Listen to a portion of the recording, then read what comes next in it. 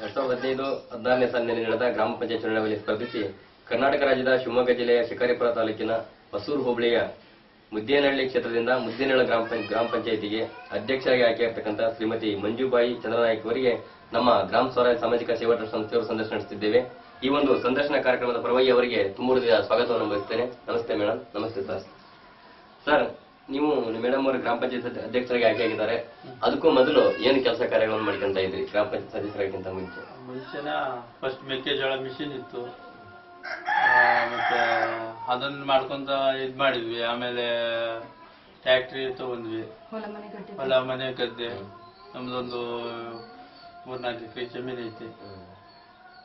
ಹಾಗಾಗಿ ಕೃಷಿ ಮಾಡಿ ನಾವು ಮಾಡ್ಕೊಂತ ಬಂದ್ವಿ. ಅಷ್ಟರಲ್ಲಿ ಜನ ಕರೆದು ನೀವೇ ಆಗ್ಬೇಕಂತ ನಮ್ಮ ಮನೆಯಲ್ಲಿ 4 ಕ್ಲಾಸು 5ನೇ ಕ್ಲಾಸ್ ಓದ್ಕೊಂತಾರೆ.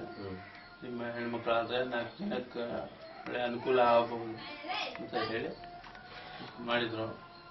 ಓಕೆ ಸರ್, ನೀವು ಜನಗಳ ಅಪೇಕ್ಷೆ ಮೇರೆಗೆ ನೀವು ಗ್ರಾಮ ಪಂಚಾಯತ್ ಸದಸ್ಯರಾಗಿ ಆಯ್ಕೆಯಾಗಿ ಅಧ್ಯಕ್ಷರಾಗಿದ್ರೆ ಒಳ್ಳೇದೇ. ಹಾಗೇನೆ ಈಗ ನಿಮ್ಮ ಗ್ರಾಮ ಪಂಚಾಯತಿ 10 ತಿಂಗಳು ಕಳೆದಿದೆ, 11 ತಿಂಗಳು ಕಳೆದಾಗಿದೆ ಸದಸ್ಯರಾಗಿ. ಏನೆಲ್ಲ ಕೆಲಸ ಕಾರ್ಯಗಳನ್ನು ಮಾಡಿದ್ದೀರಾ? ಕಾಂಪೌಂಡ್ 8 ಲಕ್ಷ ರೂಪಾಯಿ ಕಾಂಪೌಂಡ್ ರೆಡಿ ಮಾಡಿದ್ದೀವಿ. ಮತ್ತೆ ರಿಚರ್ಡ್ ಬಿಟ್ಟು 4 ನಮ್ಮ ಪಂಚಾಯತಿ ಒಳಗೆ ಇದು ಮಾಡಿದ್ದೇವೆ. ಒಂದು 50-60 ಮನೆ ಆಯ್ಕೆ ಮಾಡಿದ್ದೀವಿ. ಮತ್ತೆ ಕುಡಿಯೋ ನೀರಿಗೆ ಬೋರ್ಗಳು ಇಮಿಡಿಯೇಟ್ಲಿ ಕೆಲಸ ಮಾಡಿಕೊಟ್ಟಿದ್ದೇವೆ. ಮತ್ತೆ ಏನೇ ಮಾಡ್ಬೇಕಂದ್ರೂ ಅನ್ನದಾನ ಇರ್ಬೇಕಲ್ಲ. ಅನ್ನದಾನ ಪಂಚಾಯತಿ ವ್ಯಾಪ್ತಿಯಲ್ಲಿ ಗೌರ್ಮೆಂಟ್ ಇಂದ ಎಷ್ಟು ಕೊಡ್ತಾರೆ ಅಷ್ಟನ್ನು.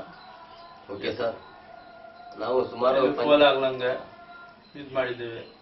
ಸುಮಾರು ಪಂಚಾಯತ್ಗಳ ಸಂದರ್ಶನ ಮಾಡಿದ ಹಾಗೆ ಮೊದಲ ದೊಡ್ಡ ಕಾಮಗಾರಿ 8 ಲಕ್ಷದ ಕಾಂಪೌಂಡ್ ಮಾಡಿದ ಅಧ್ಯಕ್ಷ ಅಂತ ಹೇಳಿದ್ ನೀವೇ, ತುಂಬಾ ಸಂತೋಷ. ಅದೇ ರೀತಿ ಈಗ ನಿಮ್ಗೆ ಎಲ್ಲ ಕೆಲಸ ಕಾರ್ಯಗಳನ್ನು ಮಾಡಿದೀರಾ. ಇನ್ನೂ ಕೂಡ ನಿಮ್ದು 4 ವರ್ಷ ಮಕ್ಕಳಿಗೆ ಕಂಪ್ಯೂಟರ್ ಕಳಿಸಿದ್ದೀವಿ. ಹೋಗಿ ಅದೇ ರೀತಿ ಇನ್ನೂ 4 ವರ್ಷ 2 ತಿಂಗಳು ಕೂಡ ನಿಮ್ಮ ಅಧಿಕಾರ ಬಾಕಿ ಇದೆ. ಮುಂದೆ ಏನೆಲ್ಲ ಕೆಲಸ ಕಾರ್ಯಗಳನ್ನ ಮಾಡ್ಬೇಕಂತ ಯೋಜನೆ ಮಾಡ್ಕೊಂಡಿದ್ದೀರಾ?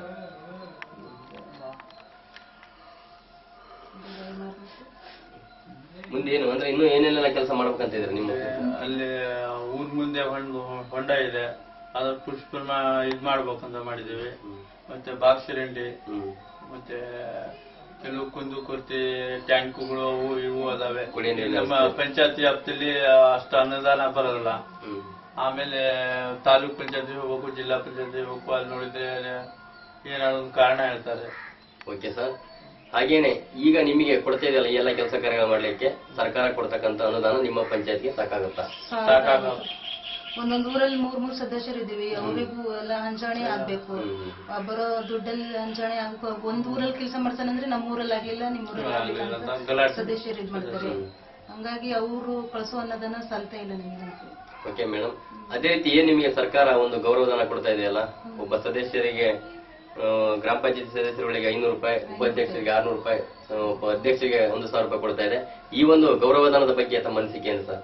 ಗೌರವಧನದ ಬಗ್ಗೆ ಅಂದ್ರೆ ಅದು 500 ರೂಪಾಯಿ ಅಂದ್ರೆ ಅವರಿಗೆ ಕೊಟ್ಟರು ಸಂತೋಷನೇ, ಕೊಡ್ಲಿದ್ರು ಸಂತೋಷನೇ. ಅದ್ರ ಬಗ್ಗೆ ಮಾಹಿತಿ ನಮಗೇನ್ ಅವಶ್ಯಕತೆ ಮಾಡೋದೇ ಉಪಯೋಗ ಇಲ್ಲ. ಅವರು ತುಂಬಾ ತೊಂದರೆ. 500 ರೂಪಾಯಿಗೋಸ್ಕರ ಮೀಟಿಂಗ್ ಕರೆದಾಗ ಬರ್ಬೇಕು, ಅಷ್ಟು 500 ರೂಪಾಯಿ ಆದ್ರೂ ಸರ್ಕಾರ ಅನ್ನೋ ಉದ್ದೇಶದಲ್ಲಿ ಮಾಡ್ತಾ ಇದೀವಿ. 500 ರೂಪಾಯಿ ಆದ್ರೂ ಕೆಲವು ಹೆಣ್ಮಕ್ಳು ಅದ್ರ ಮೇಲೆ ಇದ್ ಮಾಡೋಂತ ಕೂಲಿ ಮಾಡ್ಕೊಂತಿರೋ ಮೆಂಬರ್ಗಳು ಇದಾರೆ. ಅವರು ಆದ್ರೂ ಸರ್ಕಾರದಿಂದ ಇನ್ನೂ ಬಂದಿಲ್ಲ ಅಂತ ಅಧಿಕಾರಿಗಳು ಹೇಳ್ತಾರೆ. ಏನ್ ಅಂದ್ರೆ ಇದಾಗ್ತಾ ಇಲ್ಲ. ಓಕೆ ಸರ್, ಹೀಗೆ ನಿಮಗೆ ಕೊಡ್ತಕ್ಕಂಥ ಅನುದಾನ ಆಗಲಿ ಗೌರವಧನ ಆಗಲಿ ಸಾಕಾಗೋದಿಲ್ಲ, ಮತ್ತೆ ನಿಮಗೆ ಯಾವುದೇ ರೀತಿ ಸ್ವತಂತ್ರವನ್ನು ಕೊಟ್ಟಿಲ್ಲ ಅಂತೇಳಿ ನಮ್ಮ ಸಂಸ್ಥೆಯವರು ಸಂಘಟನೆ ಮಾಡಿಕೊಂಡು ನಿಮ್ಮ ಮೇಲೆ ಬೆಂಬಲ ತಗೊಂಡು ಹೊರಟಿದ್ದೇವೆ. ಈ ಒಂದು ನಮ್ಮ ಸಂಸ್ಥೆಯ ಕಾರ್ಯಕ್ರಮದ ಬಗ್ಗೆ ತಮ್ಮ ಅನಿಸಿಕೆ ಸರ್? ಅದೇ ನೀವು ಸರಿಯಾದ ರೀತಿಯಲ್ಲಿ ನಡೆಸ್ಕೊಟ್ರೆ ನಮಗೆ ಅನುಕೂಲ ಆಗುತ್ತೆ.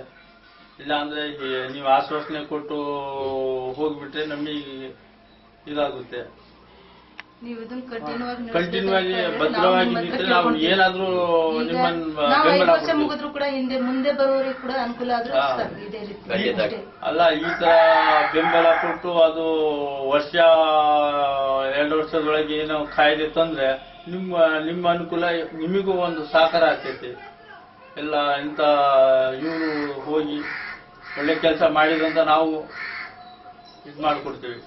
ಓಕೆ ಸರ್, ತುಂಬಾ ಸಂತೋಷ. ನಿಮ್ಮ ಸಹಕಾರ ಯಾವತ್ತು ಹೀಗೆ ಇದ್ರೆ ಖಂಡಿತ ನಾವು ಯಾವತ್ತೂ ಕೂಡ ಮುಂದುವರಿತೇವೆ. ನಿಮಗೆ ಒಂದು ಅವಕಾಶವನ್ನು ಖಂಡಿತ ವೇದಿಕೆ ಮಾಡಿ ಕೊಟ್ಟೆ ಕೊಡ್ತೇವೆ ಅಂತ ಹೇಳ್ತಾ, ಈ ಒಂದು ತಮ್ಮೆಲ್ಲ ಅಮೂಲ್ಯ ಕೆಲಸ ಕಾರ್ಯಗಳಿದ್ರು ಕೂಡ ಅಮೂಲ್ಯ ಸಮಯ ನಮ್ಮೊಂದಿಗೆ ಹಂಚಿಕೊಂಡಿದ್ದೀರಾ. ಹಾಗಾಗಿ ಈ ನಮ್ಮ ಗ್ರಾಮ ಸ್ವರಾಜ್ ಸಾಮಾಜಿಕ ಸೇವಾ ಸಂಸ್ಥೆಯವರು ಒಂದು ನೆನಪಿನ ಕಾಣಿಕೆಯಾಗಿ ನಿಮಗೆ ಕೊಡ್ತಿದ್ದೇವೆ ಈ ಒಂದು ಅಭಿನಂದನಾ ಪತ್ರವನ್ನು ತೆಗೆದುಕೊಳ್ಳಿ. ಅಧ್ಯಕ್ಷರಾಗಲಿ ಸದಸ್ಯರಾಗಲಿ ಏನು ಕುಂದುಕೊರತೆ ಆದ್ರೆ ಸಪೋರ್ಟ್ ಇಲ್ಲ. ಅಧಿಕಾರಿ ಲೆವೆಲ್ಗೆ ಎಲ್ಲರೂ ಸಪೋರ್ಟ್ ಇರ್ತಾರೆ. ಸದಸ್ಯರು ಅಧ್ಯಕ್ಷರು ಸಪೋರ್ಟ್ ಆ ಪಂಚಾಯತಿಯಲ್ಲಿ ಅವರವರೇ ಬಗೆಹರಿಸ್ತಾರೆ.